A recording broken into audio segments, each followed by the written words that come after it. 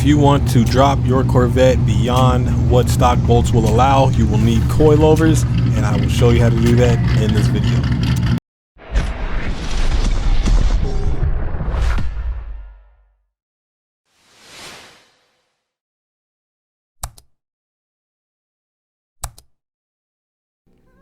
What's going on, everybody? Today I will be installing this used set of QA1 double adjustable coilovers on my C5 Corvette.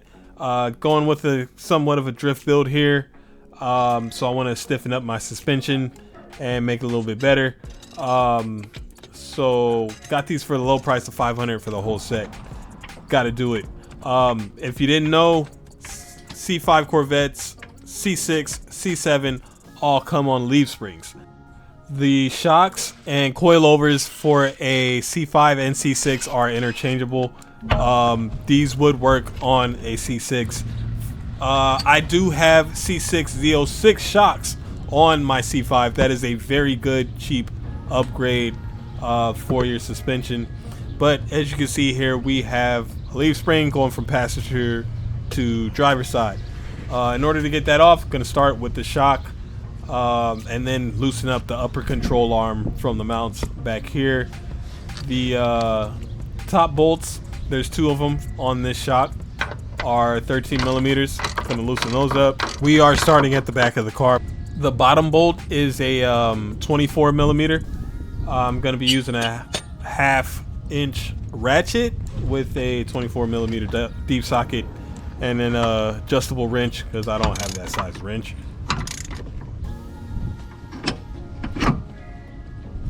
Once you get the bottom bolt out, you're gonna have to unmount the upper control arm from the body of the car, because you're not gonna be able to get this shock out unless you can compress it and you're really strong, but you're still not gonna be able to get the coilover in. In order to let the suspension droop far enough, you're gonna have to take off the brake caliper, which is two 15 millimeter bolts, one on top, one on the bottom of the upper control arm bolts are an 18. You're gonna need a breaker bar to get those loose. Of course, you want to have a jack under the bottom of the knuckle so that it can make it easier to loosen those bolts, so you can take tension off those bolts. All right, now it's a little bit easier to take off this bolt on the leaf spring. There is a snap ring on the top of it, and then it is an 18 millimeter on the top and bottom. If you ever want to lower your car, you can loosen these up until the last threads, like I have them here already, or you can buy longer bolts to allow this to lower even further. Mounting bolts are a 13 millimeter.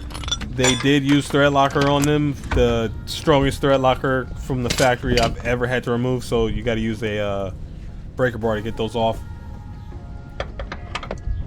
All right, now it's time to put the coilover in. Put the bottom bolt through and then put my jack under the lower control arm, lifted that back up, and I'm gonna put in those two bolts for the top. After putting everything back together, I realized that I had the mount on backwards, had the passenger on the driver's side and vice versa. The shock was rubbing against the upper control arm. As you can see, here is a diagram. Make sure you put those on right if these are the kind of rear shock mounts that you have. For the upper mount, the bolt goes in this way right here. In order to get the upper control arm in, you need the jack under the lower control arm, and then just go ahead, push in, and you can get both of those on. 81 foot-pounds of torque for those upper control arm mounting bolts. And then once you're done with everything, put your wheels back on. Repeat it on the other side, of course, and then tighten up your wheels to 100 foot-pounds. Now to the front. The front is tiring. You have to remove everything. First off, you want to remove your window washing fluid reservoir. Not completely, you just gotta unscrew those two screws right there and lift that up. On the passenger side, you have to remove 2 bolts right there, and then that bolt right there to the left.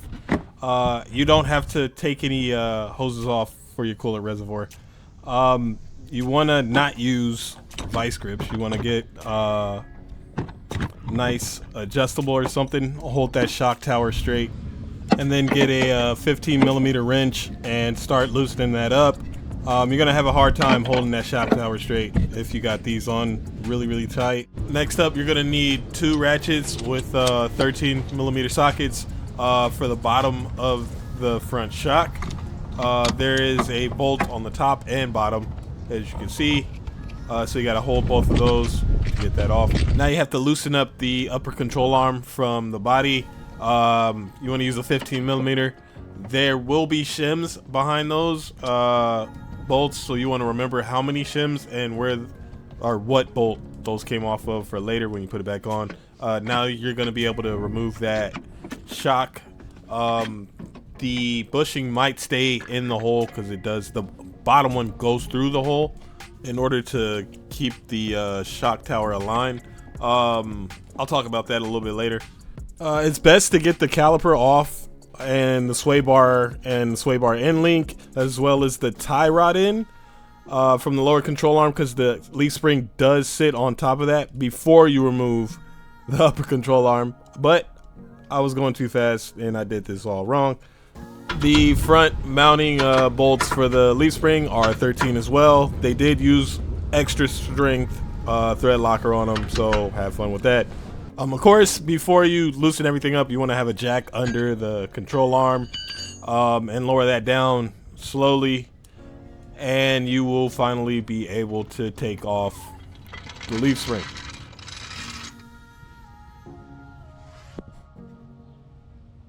Installing the coilover is pretty easy. You want to just put it in there and put the lower 2 bolts in. Get a jack, put it under the lower control arm, start lifting that up.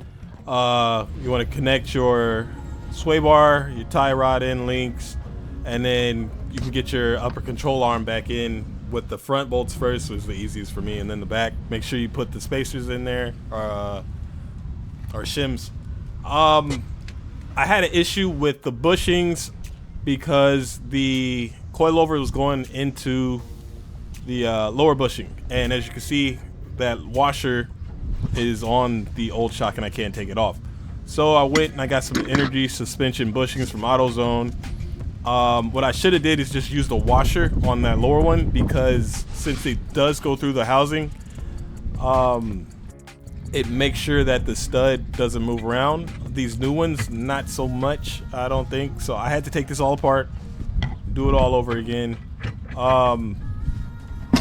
But when I jack this up, watch, you'll see that there's nothing holding that stud from leaning against the housing in there.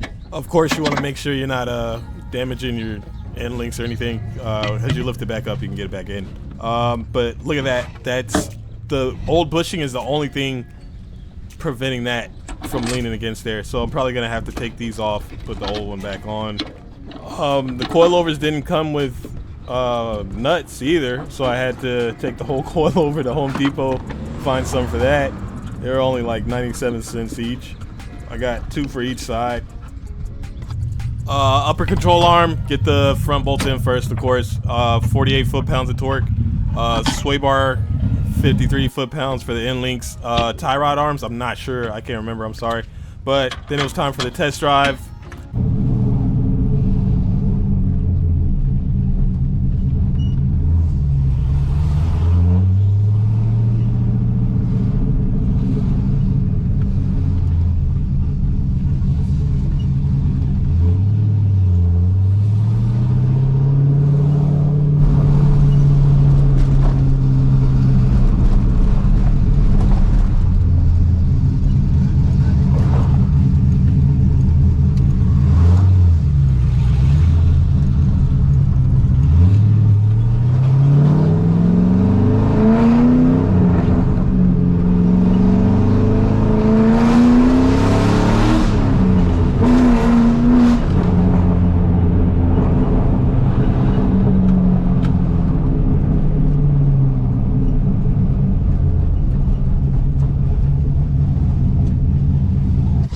So this is where it's sat after finishing the install. Of course, I have since lowered the rear as far as possible.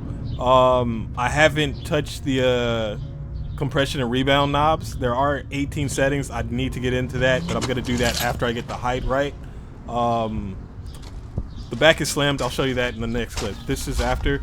So right now I'm trying to get the front set right. It was way too high, and now I've lowered it because I got some coilover wrenches off of Amazon and adjusted the height up there. So now I just have to get that dialed in, but that's it. This is where it sits right now.